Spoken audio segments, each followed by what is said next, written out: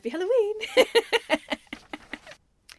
Walt Disney, the man himself, desperately wanted Mary Poppins, the book, to sign it up so they could do a film.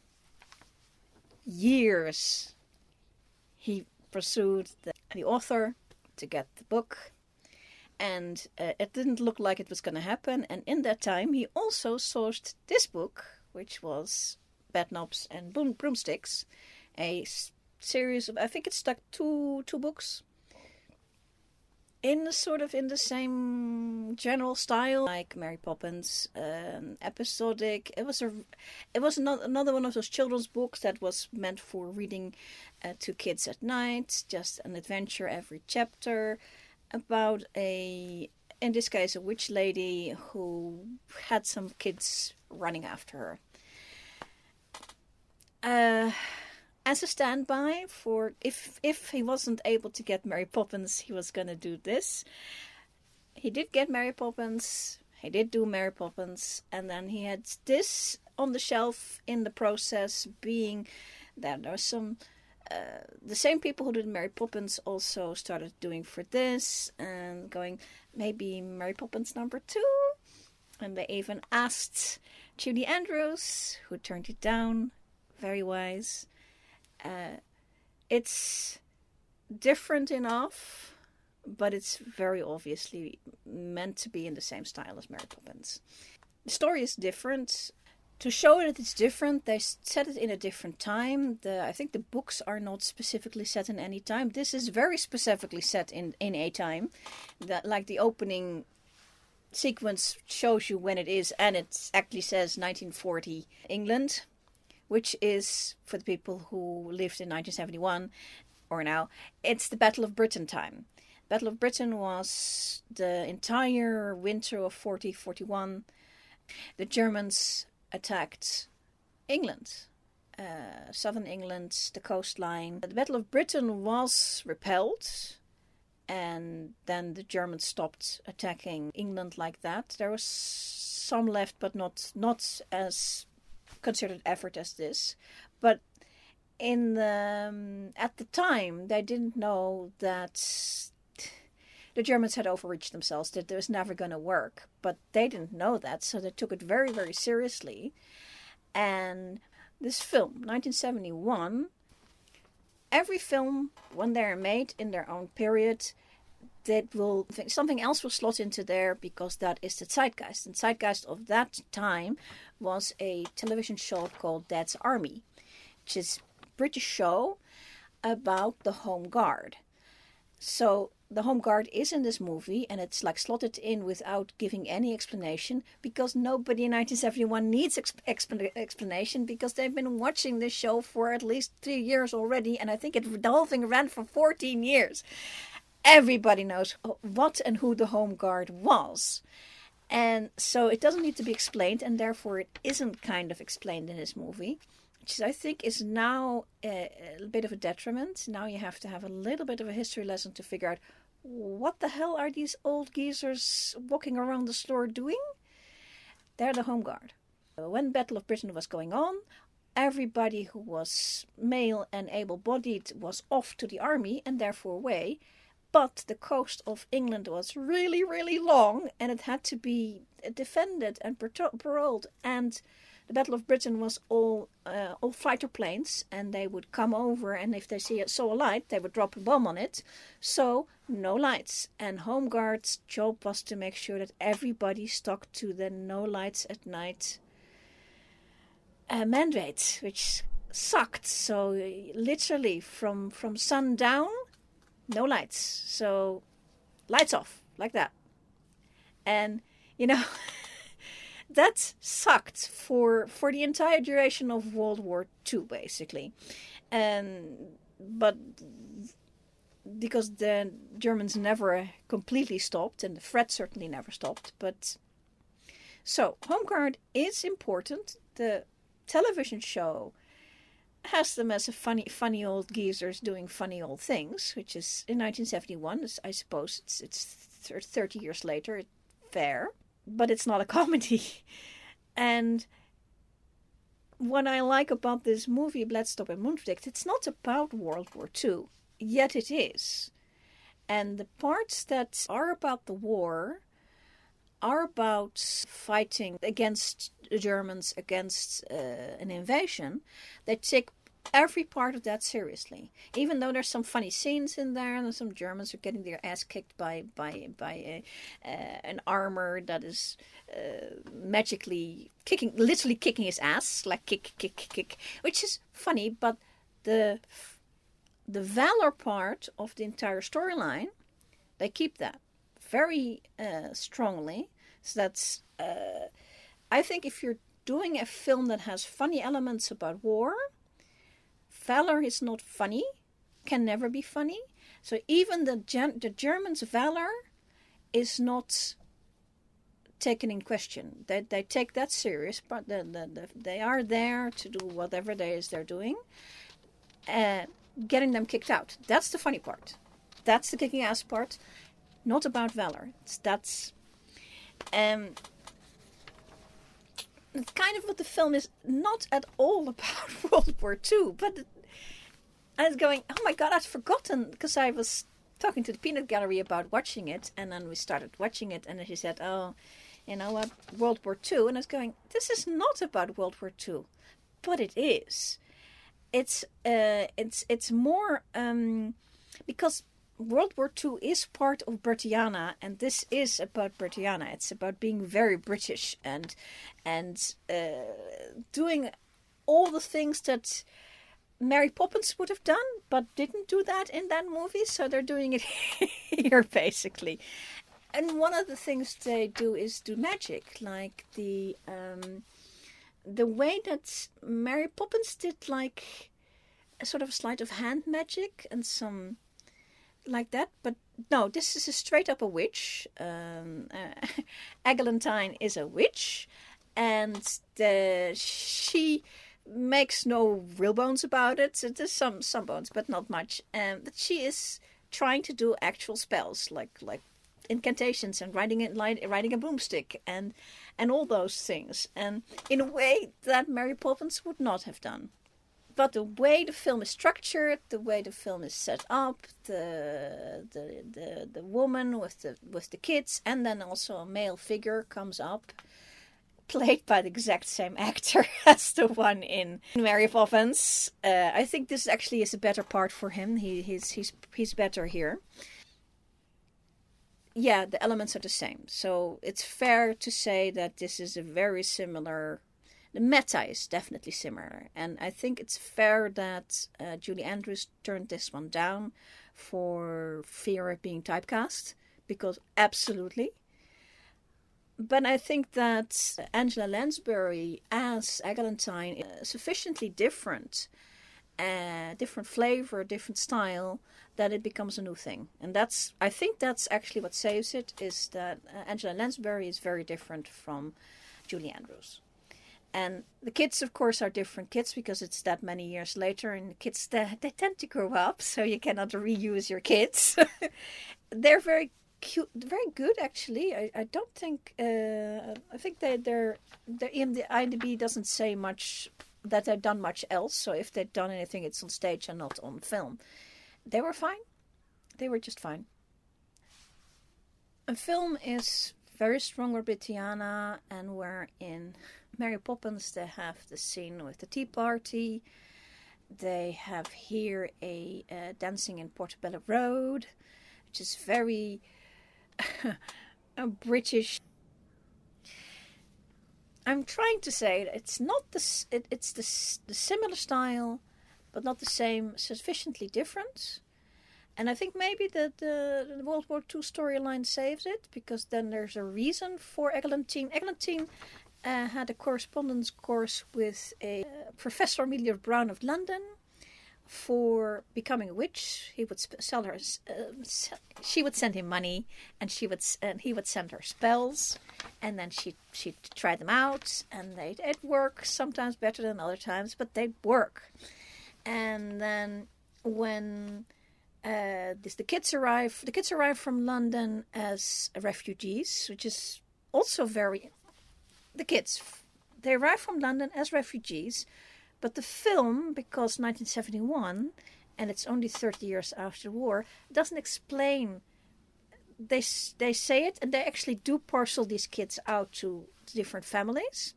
In The Lion, the Witch, and the Wardrobe, the book, which was from the 1950s, 51 I think, the kids just arrive at the house and they don't explain it at all. It's obvious what they are, but they don't explain it. And then in the movie 2008, something like that,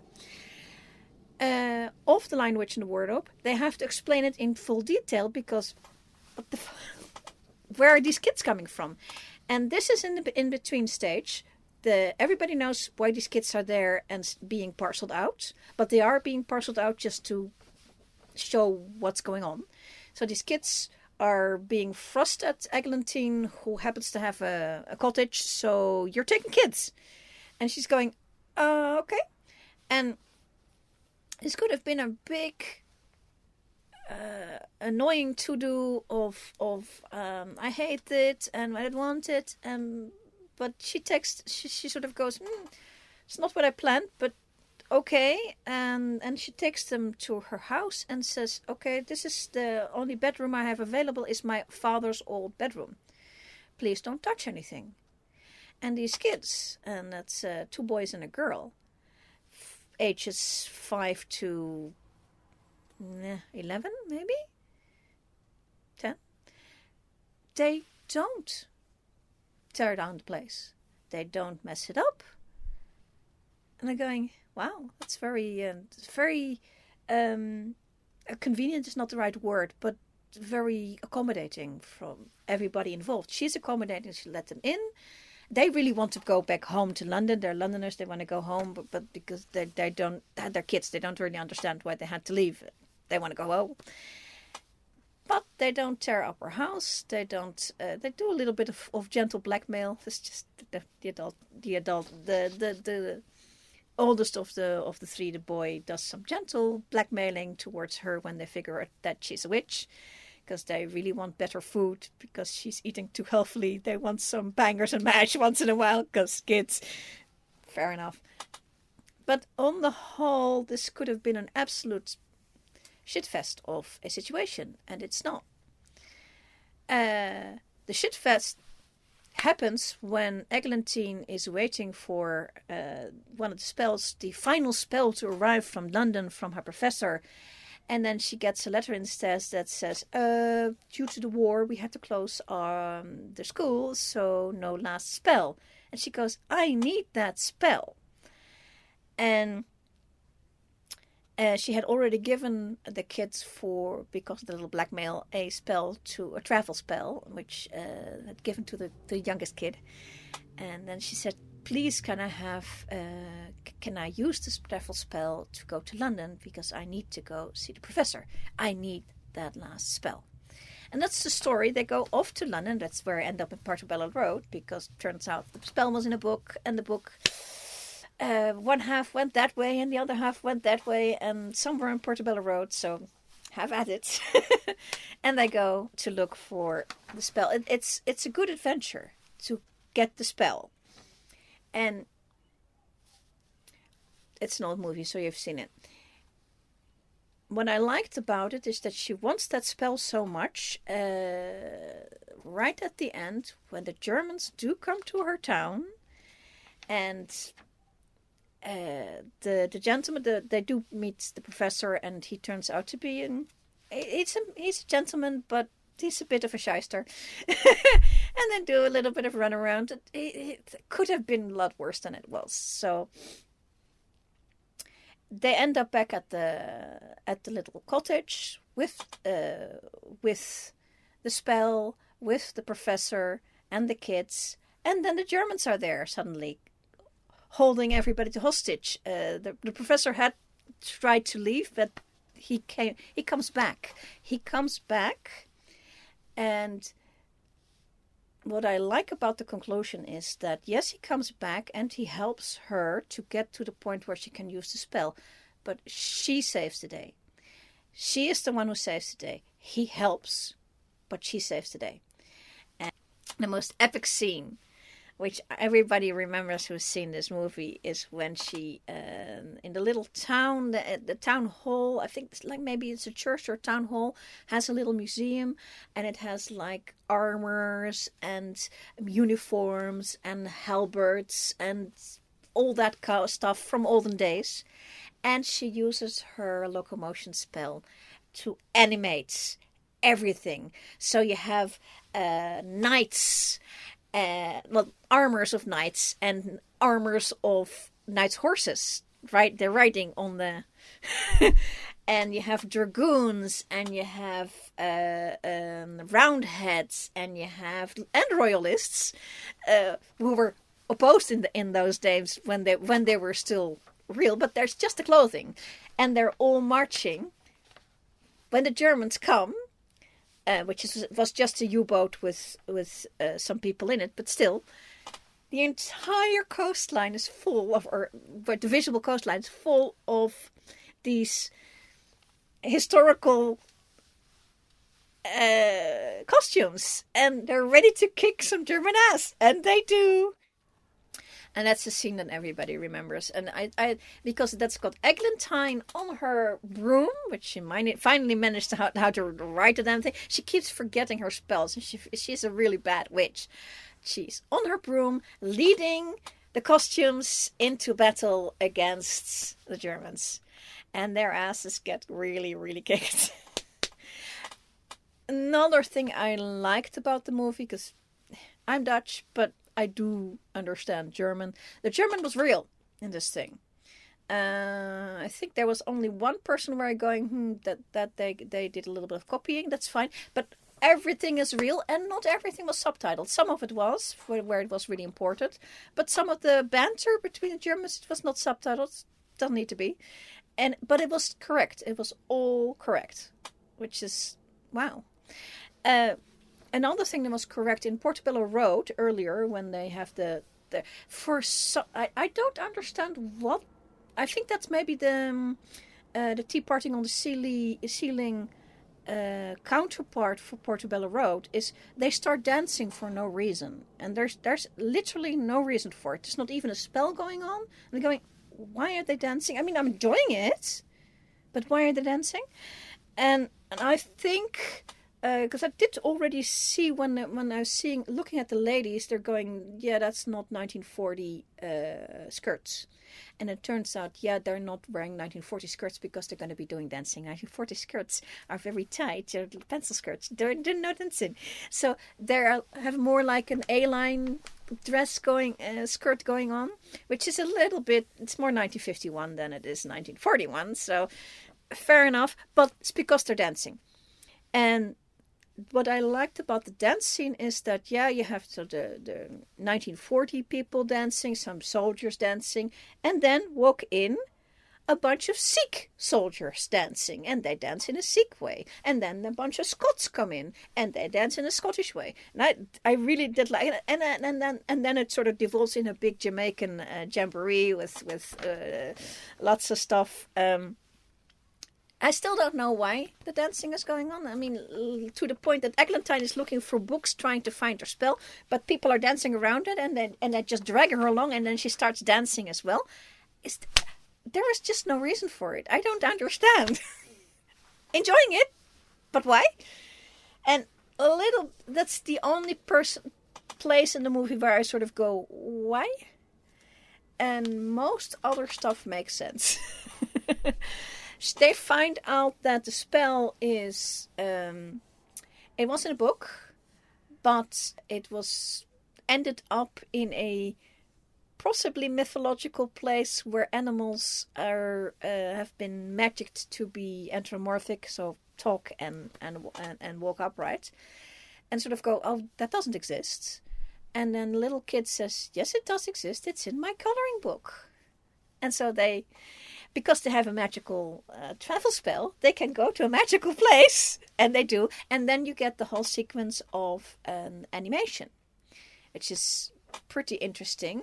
And then I think they wanted it because the animation one in Mary Poppins is a tea party and penguins and then a race of horses where they ride the merry-go-round horses and the other people, the other the animated people are riding real horses, as far as animated horses get real horses. And they didn't want to do that, so what they do is a soccer game.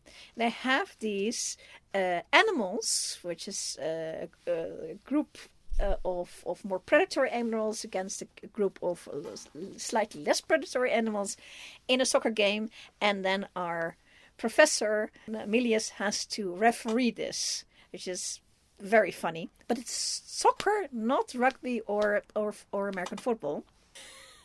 It's an interesting choice. I think they're trying desperately not to do Mary Poppins again, because they do realize that the same thing twice is probably not a good idea. But they want the same vibe, and I think they got it. And the addition of World War II and then taking that seriously, because in 1971, even with a funny show like Dad's Army, people did take it still seriously. In 1971, there's enough people who were actually in the war to take it seriously. You take some stuff around it not seriously. You don't take the Germans serious. You kick your German butt, but you take the threat of them seriously. And I think and the valor of Emilius coming back, because he had already left. Emilius and Eglantine are doing a little dance. It's a kids' movie, so the dance of the male and the female person is not very. It's the mummies and the daddies doing the love dance, and what kid wants to see that? But they were doing the dance, and then they decide, it is 1940. There's a war on. This is probably not a good idea, and so he leaves. And then, as he is leaving, he's sitting on a bench waiting for the train, and that's where he hears the Germans come. And then he realizes that Eglantine would be in danger because of these Germans, so he comes back. Makes him a hero for coming back when he could have left, and he was not the hero type. He was a bit of a shyster dude, but he decided to come back for Eglantine and the kids as well. But so that's hero, and they don't make him as a reward for being a hero. They don't make him the big hero that saves the day, because that's Eglantine does that in the end. He makes sure that they get that Eglantine gets a chance to do it by literally wiggling himself into somewhere to tell her something, and that works. There's music in this film, like in Mary Poppins as well. I can feel the same vibe. It's obviously the same people who wrote the music. I think that some of these songs were actually written for Julie Andrews, and Julie Andrews is a phenomenal singer. And Angela Lansbury, who does her best, is good enough, but she's not a phenomenal singer. And so some of these songs, I think, there are a couple of them that are overreach for Angela Lansbury, which is a shame. They're good songs, but I think, sometimes you can't win. I thought she was charming. I thought even he was charming, because I didn't like him at all in Mary Poppins, but he was charming in this.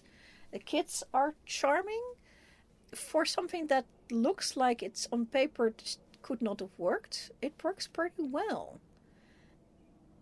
Absolutely not a waste of your time for Halloween or any other time.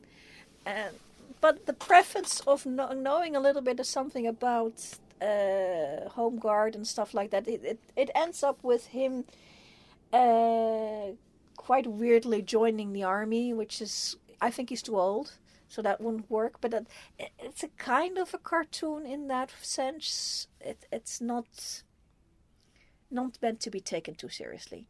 I mean, he already showed he was a hero, and then he joins the army to show that he is a real hero in 1940, which I